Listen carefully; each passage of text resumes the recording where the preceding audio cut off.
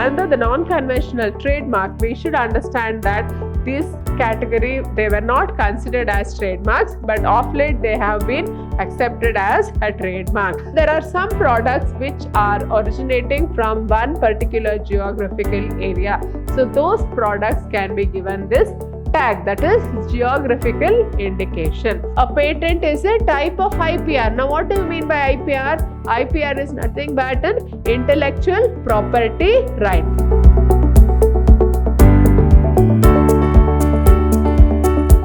Hello everyone, I am Purnima, faculty in the Department of Commerce, Vidhyaashram Pre-University College, Temple of Excellence, Mysuru. In continuation of my sessions on business studies, chapter 9, session 4. In this session, we will be having a discussion on the various types of intellectual properties. Now, we should understand that these intellectual property rights are there to protect the creative minds and to protect those innovators who are bringing in lot of comfort for the humanity. We should understand that whether you are coming up with the original story or you are coming up with the original invention, all these are for the benefit of mankind, and because of these new inventions, we are seeing lot of economic development and business activity. So lot of resources are there which will be engaged in, and with the help of which we will be coming up with new innovations, new musical notes, new literary works, etc. So all these are necessary for the economic development of the nation and also for the increasing the standard of living of the people. Now, why it is necessary to have the intellectual property rights? So, it is essential for us to understand this intellectual property rights under three facets. First one is under the law. Why it is essential? So, these intellectual property rights confer the original creator of that musical note or the story or the invention. He gets all the rights to use it. So nobody else can make use of that particular story or music or invention without his permission. So this is one of the very good advantages of having IPR, that is the intellectual property rights. Second one is technology. So the most of the latest technology, they can be used by the business proprietors when the original creator of that technology sells it to the creator of that particular area. So he has to purchase the technology or he has to purchase the know-how from the creator of that and then make use in his business. Then the third aspect is business and economics. So we all know that these intellectual property rights are there for the benefit of the economy, and as such they help in fostering the growth of the economy. So we should understand that intellectual property rights are there for various reasons. Now, let us have a look into the first type of intellectual property, that is the copyright. Now, what do we mean by copyright? So, copyright is the right to not copy. So, right to not copy. That means if you have written a story, nobody else can copy that story and publish it under his own name. So that is the right to not copy. So it is exclusively my right. So if I am writing a story, I will have exclusive rights over that storybook and nobody can reproduce that without my permission. Then it is offered when an original idea is expressed by the creator or the author. So the creator or the author, he should have an original idea and he should express it in his book. Only then it is possible. Then it is a right conferred upon the creators of literary, artistic, musical, sound recording and cinematographic films. So these rights are given for literary works, that is any works of literature. It may be a story or it may be a play, it may be a poem, anything like that. Then artistic, so it may be a painting, a drawing, etc. Musical notes, so we know how popular today the musical world is. So almost every day we are seeing lot of musical albums which are being released. Then sound recording and cinematographic films, so any movies, so nobody can reproduce that clippings of those movies anywhere. So it is the exclusive copyright of the creator. Then the copyright is an exclusive right of the creator to prohibit the unauthorized use of the content, which includes reproducing and distributing copies of the subject matter. So here the exclusive right is given for the creator of the copyright. So without his permission, nobody can make use of that. So it prohibits the use of the content, which includes reproducing and distributing copies. So we cannot reproduce it or we cannot distribute copies of that particular novel or a poem or anything like that. The next type of intellectual property is relating to trademarks. Now let us see what this trademark means. A trademark is any word, name or symbol or their combination that helps us identify the goods made by an individual, company, organization, etc. So a trademark is any word, name or symbol. So it may be any word, name or symbol. For example, Bata, or you have this example of Puma shoes, or we have the example of Apple phones, etc. So they are the trademarks. So it helps us identify the goods made by individuals. So it may be made by an individual or made by a company or any organization. So only with the help of this trademark, we are able to recognize that particular goods. So the trademark also let us differentiate the goods of one company from another. So as soon as we see the trademark itself, we can recognize the maker of that particular goods or products. Then a trademark is a single brand or logo. Trademarks can let you know many things about a company's reputation, goodwill, products and services. So as soon as you see what is the trademark on the product, you will be able to assess what kind of a product it is. So you will know what is the company's image, what is the company's reputation, what is the goodwill of the company, and what are the other products and services offered. So all these things will be known. Now for example, if you take the example of Nandini. So what is Nandini?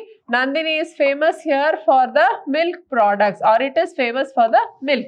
Now this Nandini milk, so it is very, very famous. Now those who know that about the Nandini, so they will also understand that Nandini milk products is as famous as other products. So there are other products which come under the same trademark. So under Nandini, we have the Nandini Mysuru Pak, we have the milk powder, and we have various other items which are there. So when you see this trademark, you will be able to understand or you will be able to assess how the product will be. So those who have tasted the Nandini milk, so they will know that it is of a very good quality, and the same that quality will be maintained for other products as well.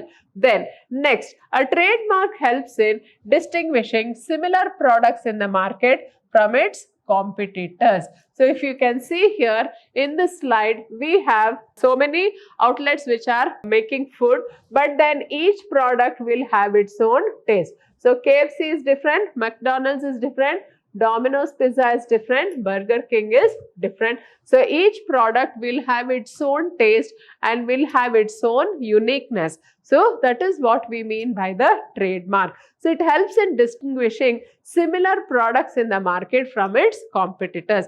Now if you can see here, Domino's Pizza and Pizza Hut both produce pizzas, but the taste of Pizza Hut will be different from that of Domino's Pizza. So they will maintain their uniqueness and they will just have their own trademark. A competitor cannot use the same or similar trademark to sell the product in the market, as the same fall under the concept of deceptive similarity, which may be defined as phonetic, structural or visual similarity. Now we have these two pizza giants here, Domino's Pizza and Pizza Hut. So both of them manufacture pizza, but then they have to sell it under their own name. Suppose any one of them just borrows the trademark from one another, so it will fall under the concept of deceptive similarity. So they cannot make use of the trademark, because such trademarks will be termed as phonetic, structural or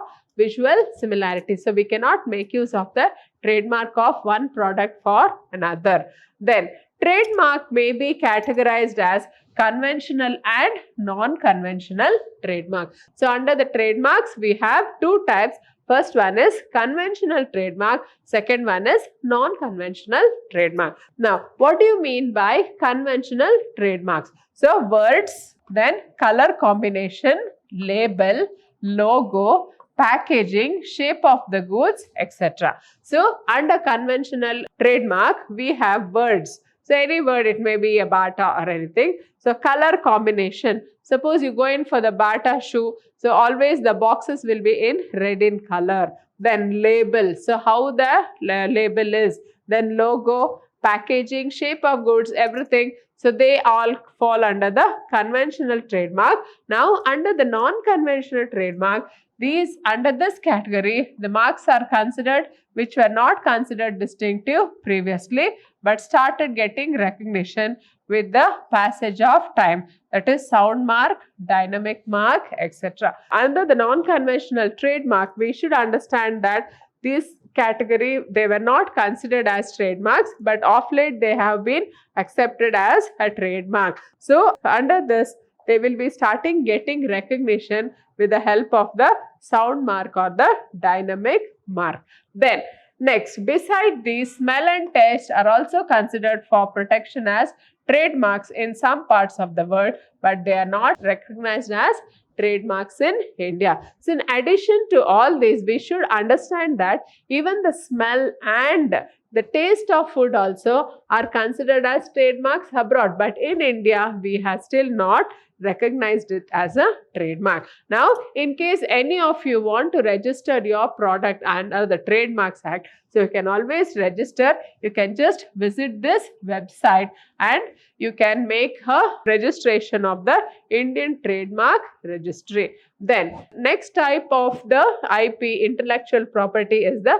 geographical indication. Now what do we mean by geographical indication? So geographical indication or GI is primarily an indication which identifies agricultural, natural or manufactured products, handicrafts, industrial goods and foodstuffs originating from a definite geographical territory where a given quality, reputation or other characteristic are essentially attributable to its geographical origin. So it is primarily an indication which identifies agricultural, natural or manufactured products. So there are some products which are originating from one particular geographical area. So those products can be given this tag, that is geographical indication. So it may be any agricultural products or it may be any natural or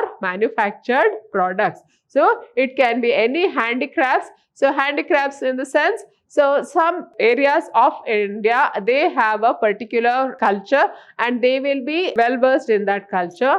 And then industrial goods, so it may be any industrial good which is exclusive to that particular region, and foodstuffs. So originating from a definite geographical territory. So these goods will be originating geographical territory where a given quality, so from whatever goods is coming from that particular geographical area, it will have an exclusive quality of its own, an exclusive feature and an exclusive attribute which recognizes that it is from that geographical area. So it is originated from that particular area. So that we call it as geographical indication. So geographical indication is nothing but the goods or any product which has recognition that it has come from a particular geographical area. For example, we have the Mysore silk. So Karnataka is famous for the Mysore silks. Why?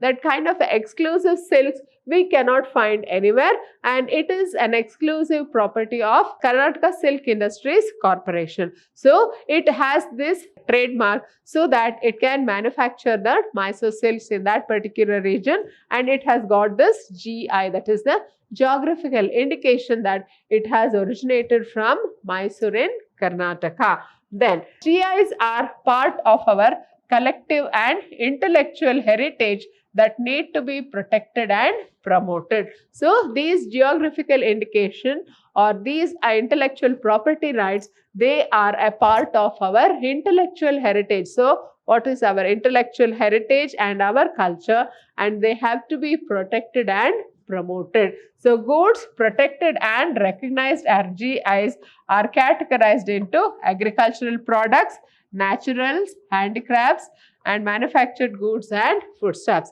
So under this GI tag, we can include agricultural products, natural products, manufactured products, handicrafts, and foodstuffs. Then, so under this geographical indication, what are the various things which come under this? So for example, if you take for the agricultural products, we have the Naga Mirchi. So Naga Mirchi is famous. Then we have the miso chili. It has come from Mizoram. Then Shaphi Lanhi and Moirangapi and Chaksang shawl, Bastar dhokra, Warli painting, Darjeeling tea, Kangra painting, Nagpur orange, Banaras brocade sarees, Kashmiri pashmina are some of the examples of GIs. Now, if you want to have a look at what are the various products which come under GIs, so we have a list of all these things. So it may be Worli paintings, or it may be the Darjeeling tea, or it may be the Kangra painting, or it may be the Nagpur orange. The Banaras, we know Banaras sarees are very, very famous. So these Banaras sarees originated in Banaras. And then Kashmir Pashmina. So Pashmina shawls, it is exclusively manufactured only in Kashmir. So they are some of the very good examples of geographical indicators. Now, the next type of intellectual property is the patent. Now, let us have a look at what is the meaning of the word patent. A patent is a type of IPR which protects the scientific inventions which shows technical advancement over the already known products. So, a patent is a type of IPR. Now, what do you mean by IPR? IPR is nothing but an intellectual property right. So, intellectual property right which protects the scientific inventions. So, it is protecting what? It is protecting the scientific inventions which shows technical advancement over the already known products. Now, what kind of a technical advancement we have? For example, when the TVs came to India first, we just had only the black and white TV and it was so broad and big. But later on, we could get the color TVs, so where we could see all thing in color, and later on, the size of the TVs also kept on diminishing. So before we had to keep the TV on a table, but nowadays it is on a wall mount. So it's just like a painting, it will stand on the wall and you can just watch the TV. Now how it is all possible? It is all possible because of the latest technology. So they have been able to compress the size of the TV to a very thin level so that all the parts of the TV are so compressed that you can just hang it on the wall and just watch the TV. Now, this is possible because of the patent. There are so many creative minds which are working day and night, which are doing lot of research and development for our benefit and convenience. And whatever they are bringing out, so whatever latest innovations they are coming up, all that will be protected under the patent. So TV is already known, so everybody will have TV at home. But then we have the LEDs and the LCDs now, which is the latest one. And now if you can take the example of the refrigerators. So we had the conventional refrigerators of the olden days, but now we don't have those refrigerators where the ice will start sticking all over the freezer. So everything is new. Now we have the refrigerator with the inverter also. So this is possible because of the latest technology and innovations in research and development. Then a patent is an exclusive right granted by the government which gives exclusive right to exclude all others and prevent them from making, using, offering for sale, selling or importing the invention. So whoever has come up with this invention or whoever has come up with this creative product, so he will be conferred the exclusive right by the government. Now, what is this exclusive right? That exclusive right is called as the patent. If the government confers this exclusive right to patent, so it means right to exclude others. So you will not permit others to make use of the technology. So they will be preventing them from making use of this technology. Like you cannot offer it for sale or you cannot import it for invention. Why? Because it is a protected property. So whatever the idea you got, so it has been protected under the intellectual property rights and nobody can make use of that. So it is an exclusive right granted by the government of India. So nobody can make use of that secret technical know-how without the permission of the original creator. Now, next, essentials for the invention to be patentable. So what can be patented? Suppose you have an original idea. So can you patent it? So let us see here. So first one is it must be new. It should not already exist in the current knowledge anywhere in the world. So it is something which is new. Patents are something which should be innovative. So it should not be there already in the world. Only those can be considered as patents. Now, the next condition is it must be non-obvious to any person who is skilled in the relevant field of technology. That is, the standard is a person reasonably skilled in such a field of study. So, it must be non-obvious to any person who is skilled in the relevant field of technology. So, whatever you are coming up with the latest invention, so for example, if you take the example of the tape recorder, it was a very big gadget when it came into existence 20 years ago. But then now it has been reduced to a small chip.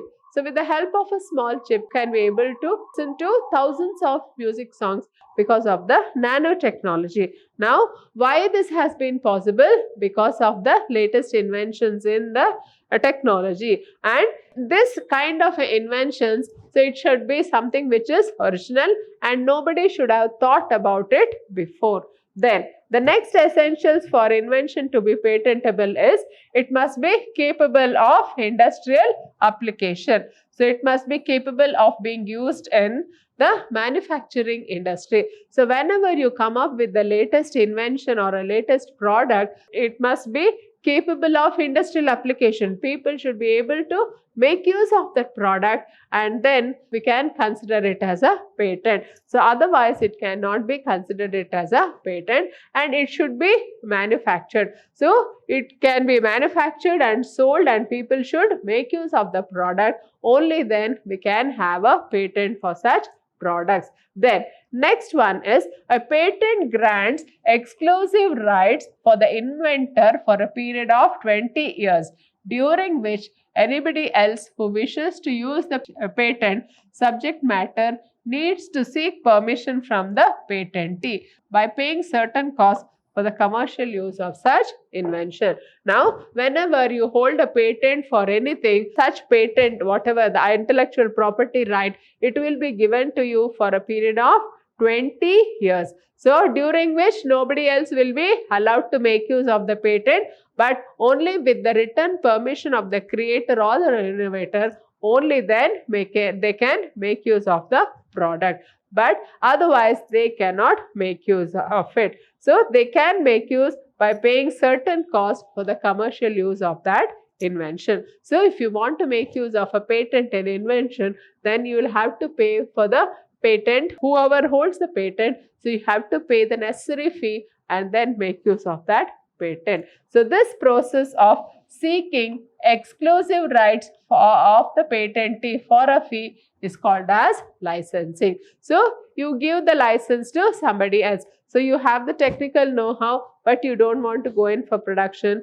Then what you do is you just give that whatever technical you know how, you sell it to a manufacturer. So that we call it as licensing. So patent creates a temporary monopoly. Once the term of the patent expires, the invention is in public domain, which means it is free for use by the public. So the patent's rights, it will be given for a period of 20 years, after which it can be used by the public. So up to the first 20 years, the creator of that particular patent, so he will be enjoying the benefit, and then it will go into public domain, and then it can be used by any of the people. So it prevents the patentee from involving in anti-competitive practices like creative monopoly, etc. So first, when the patent was something new and innovative or original, so it will be creating a monopoly in the market. So he will be the exclusive owner of the right. So after 20 years, once that patented knowledge comes to the public domain, so anybody can make use of it. As a result of which, whoever is a patent holder, he will not be able to have monopoly as such. So I hope you have all understood this session on the types of intellectual properties and why it is essential for us to have intellectual properties, and also the various types of intellectual properties. Thank you.